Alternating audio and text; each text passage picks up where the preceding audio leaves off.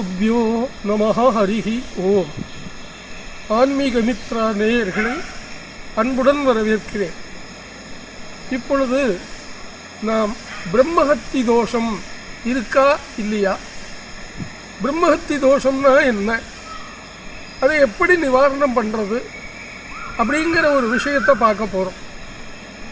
பொதுவாக இந்த ஜோதிட நூல்களில் அல்லது ஜோதிடர்கள் சில பேர் பிரம்மஹத்தி தோஷம் அப்படின்னு சொன்னால் அது இருக்குது, எப்படி தெரியும், ஜாதகத்தில் தெரியுது, எப்படி கண்டுபிடிச்சிங்க, ஜாதகத்தில் குருவும் சனியும் சேர்ந்துருக்கு, அதனால் உங்களுக்கு பிரம்மஹத்தி தோஷம் இருக்குது, நீங்கள் இதுக்கு பரிகாரம் பண்ணணும்னு சொல்லிடுவா.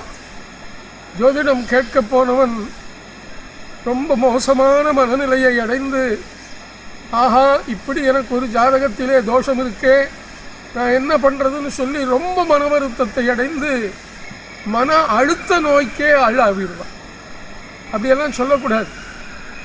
ஏன் குருவும் சனியும் ஒன்றா இருந்தால் பிரம்மஹத்தி தோஷம்னு சொல்கிறா, அப்படி சொல்லக்கூடாது அப்படின்னு சொன்னால், குரு 12 வருஷத்துக்கு ஒரு தடவை ஒரு கட்டத்துக்கு வருகிறார். அப்படி வர்றபோது சனி எங்கே இருக்காரோ அங்கே இருப்பார். அவர் 2.5 வருஷம் ஒரு ராசியில் இருக்கிறவர். சில நேரத்தில் பக்கத்தில் குரு சனி பயிற்சி நடந்ததுன்னா அடுத்த வருஷத்தில் பிறக்கிறவாளுக்கும் அப்படியே ஆகிடும். அப்படி சொல்லப்படாது. சனி குரு ரெண்டும் சேர்ந்து இருந்ததுன்னா அது பிரம்மஹத்தி தோஷம் அப்படின்னு சொல்கிறது தப்பு.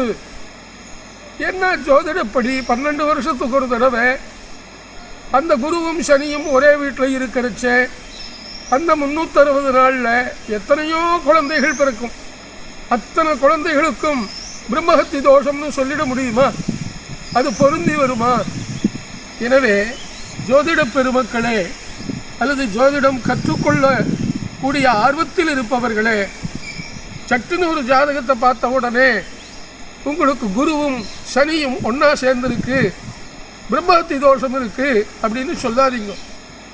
சரி, பிரம்மஹத்திங்கிற ஒரு தோஷமே லோகத்தில் இல்லையா அப்படின்னு கேட்டாக்கா இருக்கு. பஞ்சமா பாதகம்னு சொல்லக்கூடிய 5 செயல்களை யார் செய்திருக்கிறார்களோ அல்லது அவர்களுக்கு செய்கிறார்களோ அவளுக்கு பிரம்மஹத்தி தோஷம் வந்துடும். பொய் சொல்லுதல், கொலை செய்தல், திருடுதல், பிறை மனை நோக்குதல், இவர்களோடு கூட்டாக இருத்தல், அதிகமாக சொர்ணத்து மேலே பூமி மேலே பதவி மேலே ஆசை இருந்தது என இத்தனை குற்றங்களும் நடந்துடும். இதை அனுபவித்த வாழ்க்கை தெரியும், செய்யாத வாழ்க்கை தெரியாது. பொதுவாக பொய் சொல்கிறதுங்கிறதுக்கு சந்தர்ப்பத்துக்கு தகுந்த மாதிரி பொய் சொல்லிவிடுறா, அதுக்கெல்லாம் பிரம்மஹத்தி சொல்லலை. கொலை செய்தால் பிரம்மஹத்தி வந்துடும். திருடுறது அப்படிங்கிறது சின்ன வயசில் தெரியாமல் செய்கிறதுக்கெல்லாம் தண்டனை இல்லை. பிளான் பண்ணி ஒரு குடும்பத்தை அழிப்பதற்காக, அவர்களுடைய சொத்தை அபகரிப்பதற்காக பல்வேறு ராஜதந்திரம் பண்ணி ஒரு குடும்பத்தையே கீழடித்து ஒருத்தன் ஒரு ஐஸ்வர்யத்தை அடைந்தால் அது பிரம்மஹத்தி ஆகிடும். அதே மாதிரி தான் பிறன் மனைவியை, தன் மனைவி அல்லாத ஒரு பெண்ணை வலியவோ அல்லது சம்மதித்தோ அடைந்து அவன் சுகம் பெறுவானே ஆகில் அவனுக்கு பிரம்மஹத்தி வந்துடும். பிறன்மனை நோக்கக்கூடாது. பிறன்மனை நோக்குவதனாலே சகல அழிவும் ஏற்பட்டுடும். அதில் பெரிய சாபம் பிரம்மஹத்தி. பிரம்மஹத்தியை வாங்கிவிட்டு செத்து போனால் பல ஜென்மங்கள் கஷ்டப்பட வேண்டியது இருக்கும். பொதுவாக பிரம்மஹத்தி அப்படின்னா என்ன? 3 தப்பு பண்ணக்கூடாது. இந்த 3 தப்பு கொலை சம்பந்தப்பட்ட விஷயத்தில் சொல்லியிருக்கா. ஒன்று கோஹத்தியம்.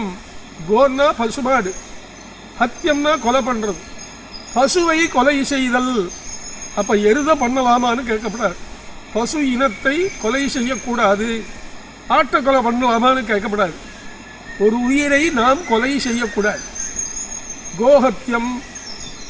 அடுத்தது ஸ்திரீஹத்தியம். ஒரு பெண்ணை நம்ப வைத்து காதலித்து அவளை அனுபவித்து ருசித்த பிறகு அவளுடைய அழகையும் ஐஸ்வர்யத்தையும் அபகரித்து விட்டு அவளை அனாதையா மிரட்டி துரத்தி விடுவது இருக்கிறதே, அது ஸ்திரீஹத்தியம்.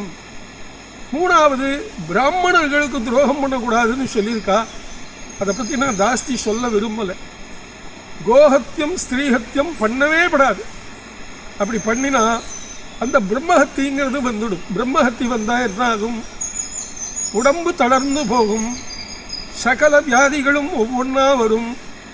ஐஸ்வர்யத்தை இழப்பான், அழகை இழப்பான், தன் குடும்பத்தையே இழப்பான், மனைவி மக்கள் உற்றார் உறவினர் எல்லாவரையும் இழப்பான், கீர்த்தியை இழப்பான்.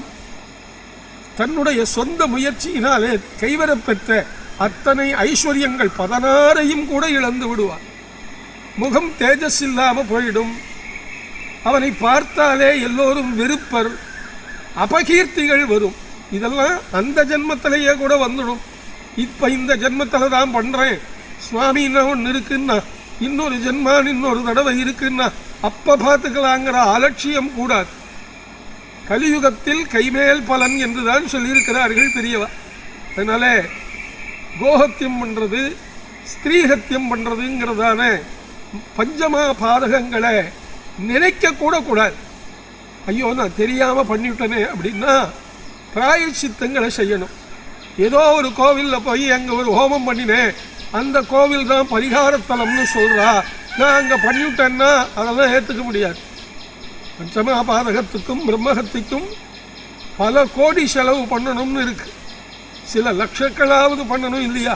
நம்ம 1000 ரூபாய் 2000 ரூபாயில் ஒரு பரிகாரம் பண்ணினா அது போகிறதா இருந்தால் டெய்லி ஒரு தடவை தப்பு பண்ணிவிட்டு ஒரு 1000 ரூபாய் செலவு பண்ணி விடலாமே. எனவே ஜனங்களை நாம திசை திருப்பக்கூடாது, ஜனங்களை பயமுறுத்தவும் கூடாது. இந்த ஜோதிடர்கள் எல்லாம் பிரம்மஹத்தின்னு ஒன்று சொல்லி, உன் ஜாதகத்தில் சனியும் கேதுவும் இருக்குது, சனியும் குருவும் இருக்குது, உனக்கு பிரம்மஹத்தி இருக்குது, நீ மகா பாபம் பண்ணிவிட்ட, போன ஜென்மத்தில் பண்ணியிருக்க, இப்போ பண்ணியிருக்க. அவன் ஆமாம் ஆமாம் ஆமாம் நான் தப்பு பண்ண அதவா 199 பேரும் ஏதாவது ஒரு சின்ன தப்பு பண்ணியிருப்பான். அதுக்கெல்லாம் பயப்படக்கூடாது, பண்ணாமல் இருக்கணும். இந்த பதிவின் நோக்கம் என்னென்னா, பிரம்மஹத்தி தோஷம் வரக்கூடிய அளவுக்குள்ள பாபங்களை தெரிந்தும் செய்யாதீங்க, தெரியாமையும் செய்யாதீங்க. பிரம்மா அப்படிங்கிற சப்தத்துக்கு இங்கே என்ன வியாக்கியானம்னா பெரியங்கிற அர்த்தம். பிரம்மா அப்படின்னு ஒருத்தர் இருக்கார், அவர் தான் முதல் குழந்தை. பிரம்மம் அப்படின்னா அது இறைவன், பிரம்மஸ்தானம் முதலிடம். இப்படி பிரம்மங்கிற சப்தத்துக்கு வியாக்கரண நூலில் நிறைய அர்த்தம் பண்ணியிருக்கா. இங்கே தோஷத்தில் பிரம்ம தோஷம், பிரம்மஹத்தி தோஷம்னா, ஹத்தினாலே கொலை அல்லது அழித்தல். அந்த ஹத்திங்கிற அழித்தல் தொழிலை செய்வது ஒரு தோஷம். அதில் பெரிய தோஷம் எது? கோஹத்திய, ஸ்திரீஹத்திய, பிராமண ஹத்தியங்கிறதான 3 ஹத்தியங்களை, அதாவது கொலைகளை செய்யக்கூடாதுன்னு சாஸ்திரத்தில் பெரியவாள்லாம் சொல்லியிருக்கா.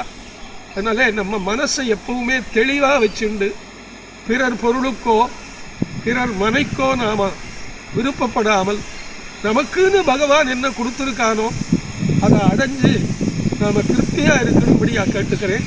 நிறைய க்ஷேத்திரங்களுக்கு போங்கோ, நிறைய தான தர்மம் பண்ணுங்கோ, நிறைய தபஸ் பண்ணுங்கோ. பிறகு உங்கள் தொழில் இல்லறம் எல்லாத்தையும் பண்ணுங்கோ. தினமும் கொஞ்ச நேரம் தான தர்மம் பண்ணுறது, க்ஷேத்ராடனம் பண்ணுறது, தியான யோகம் பண்ணுறது அப்படிங்கிறதெல்லாம் பண்ணி தொடர்ந்து பண்ணிட்டு வந்தேன்னா, ஒருவேளை போன ஜென்மத்தில் ஏதாவது பண்ணினா ஒரு தோஷம் இருந்தால் கூட அது நிவர்த்தி ஆகிடும். நிறைய மகான்களை சந்திங்கோ, நிஜமான சாதுக்களையும் நிஜமான சன்னியாசிகளையும் சந்தியுங்கள். அவர்கள் உங்களுக்கு ஆசி கூறுவார்கள், சில நேரங்களில் பரிகாரமும் கூறுவார்கள். அதன்படி நடந்து நீங்கள் இறையருள் பெற்று, குலதெய்வம் ரொம்ப முக்கியம். பிரம்மஹத்தி தோஷம் நிவர்த்தியாகணும்னா அவங்கவங்க வீட்டு தெய்வம் குலதெய்வத்தை அடிக்கடி வேணும். ஒருத்தனை கேட்டேன், எப்போ போனீங்க நீங்கள் குலதெய்வத்துக்கு? அவர் சொன்னார், சாமி 2-3 வருஷம் ஆச்சுன்னார். அப்படியெல்லாம் போகப்படாது.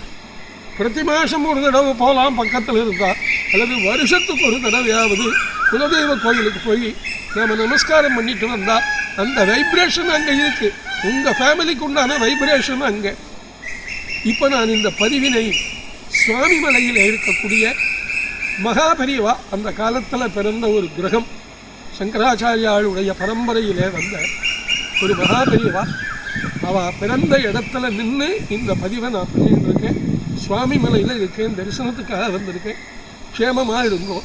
எல்லோருக்கும் நல்லதே நடக்கட்டும்னு நான் சர்வேஸ்வரனை பிரார்த்தனை பண்ணிக்கிறேன். சர்வம் ஸ்ரீகிருஷ்ணா அர்ப்பணமஸ்து. ஹரி ஓம்.